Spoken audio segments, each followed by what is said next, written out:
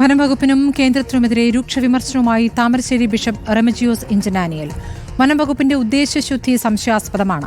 മൃഗാധിപത്യ സംവിധാനമായി വനംവകുപ്പ് മാറിയെന്നും വന്യജീവി സംരക്ഷണം സംസ്ഥാന വിഷയമാണെന്ന് പറഞ്ഞ് കേന്ദ്രം കൈയൊഴുകിയാണെന്നും ബിഷപ്പ് കുറ്റപ്പെടുത്തി. വന്യമൃഗങ്ങൾ നാട്ടിലേക്കിറങ്ങിയാൽ വനംവകുപ്പ് ഉദ്യോഗസ്ഥരെ ഉത്തരവാദികളാക്കണമെന്നും ദീപിക പത്രത്തിലെഴുതിയ ലേഖനത്തിൽ വിമർശനമുണ്ട്. അർജുൻ മട്ടന്നൂർ വിവരങ്ങൾ നൽകും.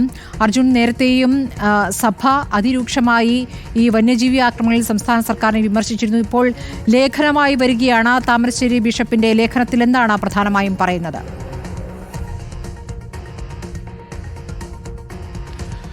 സ്മൃതി, വന്യമൃഗ ആക്രമണങ്ങളും മരണങ്ങളും വർദ്ധിക്കുന്ന സാഹചര്യത്തിൽ കൂടിയാണ് ദീപിക ദിനപത്രത്തിൽ KCBC ജാഗ്രതാ കമ്മീഷൻ വൈസ് ചെയർമാൻ കൂടിയായ താമരശ്ശേരി ബിഷപ്പ് റെമിജിയോസ് ഇഞ്ചനാനിയൽ ലേഖനം എഴുതിയിരിക്കുന്നത്. മൃഗാധിപത്യ സ്ഥാപകരോ വനംവകുപ്പ് എന്ന തലക്കെട്ടിലാണ് ലേഖനം എഴുതിയിരിക്കുന്നത്. ഇതിൽ പ്രധാനമായും വനംവകുപ്പിനും വനം മന്ത്രിക്കും രൂക്ഷ വിമർശനമാണുള്ളത്. അതോടൊപ്പം തന്നെ കേന്ദ്ര സർക്കാരിനെയും ഈ ലേഖനത്തിൽ വിമർശിക്കുന്നുണ്ട്.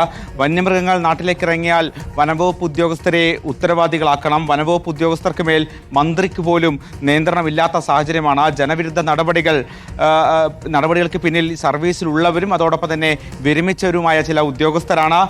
വനംവകുപ്പിന്റെ ഉദ്ദേശശുദ്ധി സംശയാസ്പദമാണ്. മൃഗാധിപത്യ സംവിധാനമായി വനംവകുപ്പ് മാറി.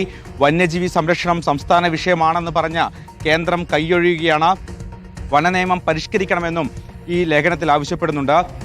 1972 വന്യജീവി സംരക്ഷണ നിയമം ഭേദഗതി ചെയ്യണമെന്ന് ആവശ്യപ്പെട്ടു. പക്ഷേ അത് കേന്ദ്ര സർക്കാർ നിരാകരിക്കുകയാണ് ചെയ്തത്. കേന്ദ്രവും സംസ്ഥാനവും പരസ്പരം പഴിചാരുകയാണ്. ഇങ്ങനെ പോയാൽ ആയിരക്കണക്കിന് ആളുകൾ നാട് വിട്ട് പോകേണ്ടി വരുമെന്നും ലേഖനത്തിൽ പറയുന്നുണ്ട്. സമാന്തര സ്വതന്ത്ര ഭരണ സംവിധാനം പോലെയാണ് വനംവകുപ്പ് പ്രവർത്തിക്കുന്നത്. മന്ത്രിസഭയ്ക്ക് ഈ വനംവകുപ്പിൽ സ്വാധീനം ഒന്നും തന്നെയില്ല.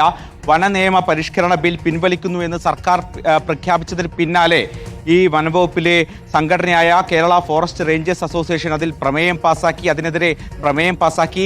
ആ പ്രമേയം പാസാക്കുന്ന ചടങ്ങിൽ അധ്യക്ഷനായത് വനം മന്ത്രിയാണ്.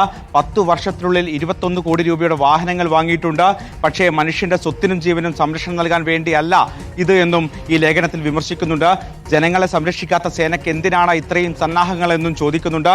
അതിരപ്പള്ളിയിലെ ആനകളെ ചികിത്സിക്കാനും വയനാട്ടിലെ കടുവകൾ ചത്ത സംഭവം അന്വേഷിക്കാനും വനം വകുപ്പും വനമന്ത്രിയും കാണിക്കുന്ന ആവേശത്തിന്റെ 100% ഈ വന്യമൃഗങ്ങൾ കാരണം കൊല്ലപ്പെടുന്ന ആളുകളുടെ കാര്യത്തിൽ ഉണ്ടോ എന്നും ലേഖനം ചോദിക്കുന്നുണ്ട്. അത്തരത്തിൽ രൂക്ഷമായ വിമർശനമാണ് ദീപിക ദിനപത്രത്തിൽ ഇന്ന് വന്ന KCBC ജാഗ്രതാ കമ്മീഷൻ വൈസ് ചെയർമാൻ കൂടിയായ ബിഷപ്പ് റെമിജിയോസ് ഇഞ്ചനാനിയലിന്റെ ലേഖനത്തിലുള്ളത്.